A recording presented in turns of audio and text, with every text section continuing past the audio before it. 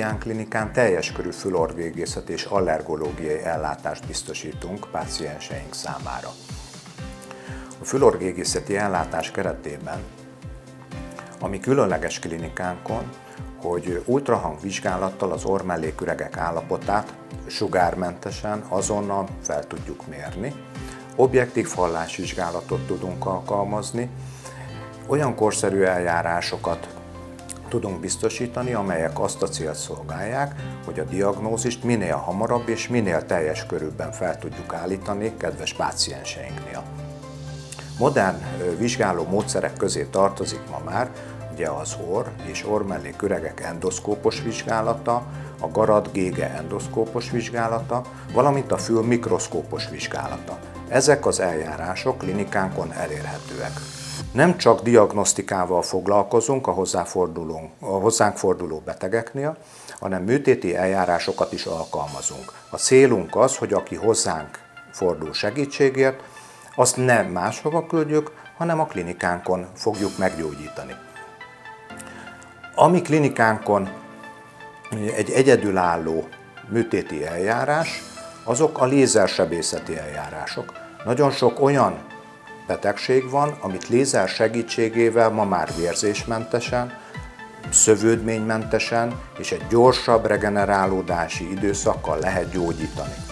Ezek közé tartozik az orrcsepp függőség megszüntetése, a különféle gátolt orrlégzést okozó problémák megszüntetése, úgy mint az orrsövényferdülés, az orrpolip betegség.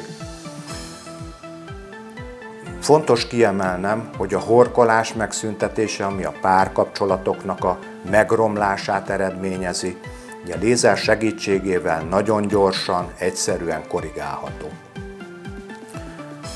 Gyerekeknél ugye az orrmandulák lézeres elvétele, a garatmandulák kisebbítése vagy kivétele lézer segítségével szintén vérzésmentességet és szövődménymentes sebgyógyulást biztosít. A horkolás előfordul mind férfiaknál, mind nőknél, de nyilván tehát a horkolás inkább a férfiakat érinti. Ez azzal van összefüggésben, hogy a lágyszájpadlás és a nyelvcsap férfiaknál is idővel lazábbá válik, ezáltal alvás esetén ugye egy horkoló hangot fog adni ennek a területnek a berezonálása. Ez hölgyeknél kevésbé történik, hölgyeknél inkább ennek a kiváltó oka az orrjáratok beszűkülése. Hölgyeknél általában a hormonháztartás változásakor ugye az alsó orrkagylóknak a kóros duzzanata jelenik meg, és hogyha ezt a kóros duzzanatot lézer segítségével korrigáljuk, megszüntetjük, az orrlégzésük javul, ezáltal a horkolásra való hajlamuk megszűnik. A lézersebészeti beavatkozások előnyei ugye nagyon precízek, tehát csak azokat a területeket érinti, mivel a lézer, a kontaktüzemmódú lézer, egy vékony üvegszálon jön a lézerfény, és a lézer energiával ugye azokat a kóros elváltozásokat, szöveteket tudjuk megszüntetni, nyilván amik a panaszokat okozzák, de ahogy ugye a különbség egy hideg eszközzel ejtett seb és a lézerrel ejtett seb között az, hogy a lézer ugye az égetés folyamán besüti a hajszálereket, ezáltal ugye nem várható vérzés. A lézerezett seb ugye egy zárt sebfelületet eredményez, ezt vaporalizálásnak hívják, tehát ez a sebfelület vérezni nem fog.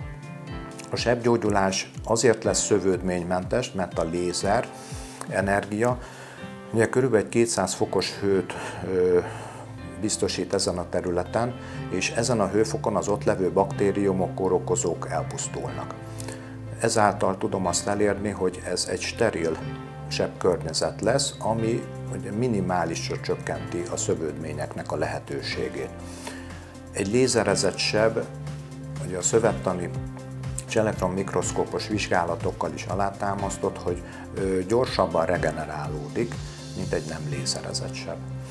Bizonyos műtéti típusokat ma már előnyösebb lézerrel végezni, mint nem lézerrel. Az én specialitásom, amit a klinikán is alkalmazok, ugye a gátolt orrlégzéseknek a megoldása, amelyben a lézer nagyon nagy segítségemre van, mert ez a terület vérzékeny, tele van hajszálérrel, és nyilván, hogyha itt sérül a nyálkahártyának a felszíne, akkor az elég jelentős vérzést tud okozni.